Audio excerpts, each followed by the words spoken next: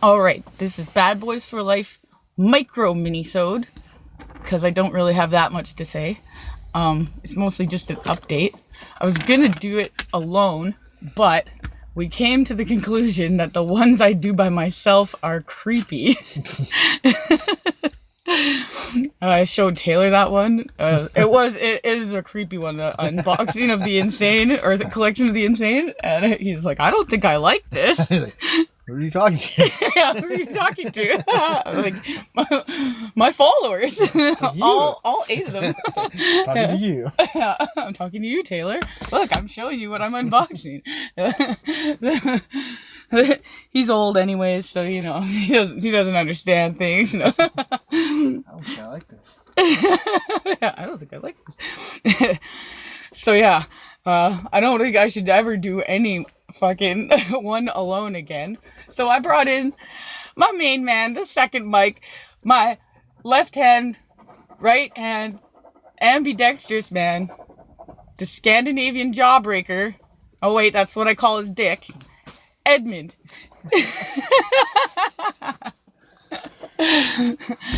I just told him to chime in because basically this is just a fucking update from the first episode that I did by myself where I'm creepy. The alcohol day turned Alcoholocaust about my alcoholism and how when I went cold turkey I ended up having a fucking seizure and ending up in the hospital. So this is the update. Well, I was sober for like 3 weeks after I got out of the hospital. And then I fucking got back on the wagon or off the wagon. I can never remember what it is. Is it off the wagon? You fell off the wagon. I fell off the wagon.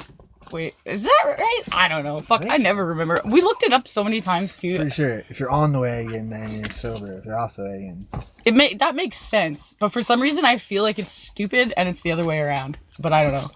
But that would make sense. It would make sense that like you're able to drive, you're coherent when you're sober, and then you like get all fucked up and you fall off the wagon. Yeah. But anyways, I was either on or off the wagon. I don't know. Basically, I was drinking again. But not as much as I was before. I'd cut back because before, I was drinking like 60 or 40 or 60 pounders. And this time I was only drinking about a 2-6 a day. Some days like a Mickey only, like taking it easy. But I was still having like fucking withdrawal syndromes and stuff. But now I've been 5 days booze free, no liquor for 5 days. I've been detoxing at home. And I have my anti-epileptic meds, so I was pretty confident I wouldn't have another seizure. Plus, Ed's been fucking watching over me. And, oh yeah, that's the thing I wanted to say too. When I, for months after I left the hospital, I was not aware that they didn't tell me in the hospital, but then I got a call from this doctor who does outpatient care or whatever for people who were in the hospital and stuff that they helped them out with. So I've been going to see her, and she informed me that fucking I have a severe case of fatty alcoholic liver disease. And I was like, what the fuck? She's like, they didn't tell you that in the hospital? I'm like, no, you think they would have? Because she's like, yeah, that's where they did all the blood tests and stuff. And I'm like, wow, that's a pretty big fucking oversight on their part, I think. So, yeah, and she said on the phone the first time I talked to her, she's like, if you don't stop drinking the amount you're drinking even now, she's like, you could be dead in 2 to 5 years. So I knew it was time to fucking smarten the fuck up. So yeah, now I'm on the trifecta of liver health products, which is bee pollen, milk thistle, and fucking fish oil pills. They're all really good for your liver, and hopefully I'll be able. Well, I know you can reverse it at this stage. Even there's 3 stages. Once you don't want to get to cirrhosis or hepatitis. Yeah. Even the hepatitis is the second stage. So it's I'm very close to getting to the hepatitis stage, and that just sounds so gross to me. Fuck that. But even that you can reverse. It's just obviously harder. Yeah. And then once you get to cirrhosis, then you're basically dead.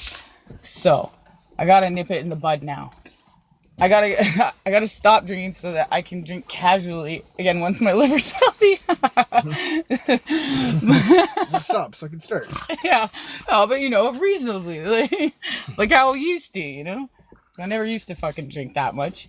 And also, It's like 1 year. I'm 1 year completely clean of opiates. All opiates. 1 year.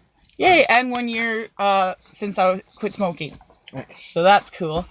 And and also too, my leg is like 90% better. Cause when I had the seizure, my leg was like all fucking gimped up, and I couldn't walk at all, barely. And it was like even getting up or sitting down was like so fucking painful. I was like always crying out in pain. It was fucking annoying. But yeah, and then when I walked, I like walked like a fucking hobbling fucking cripple. And then it turned into like a Sasquatch like gait. Much like hobbling cripple. And I was like always like fucking behind, and it just sucked. I was just in pain constantly. I was like taking like 3 or 4 extra strength fucking ibuprofen Robax a day just to manage, and I was still in pain. It was brutal, man. But yeah, I'm happy that that's fucking like 90% better. I still get pains, literal pains in my ass.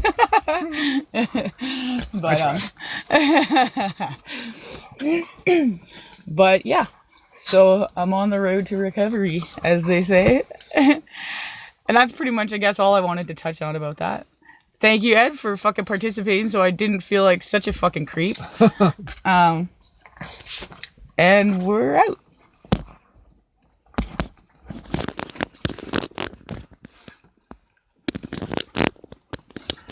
These are good. I haven't stopped recording it because I couldn't get my phone on. I'm leaving that in.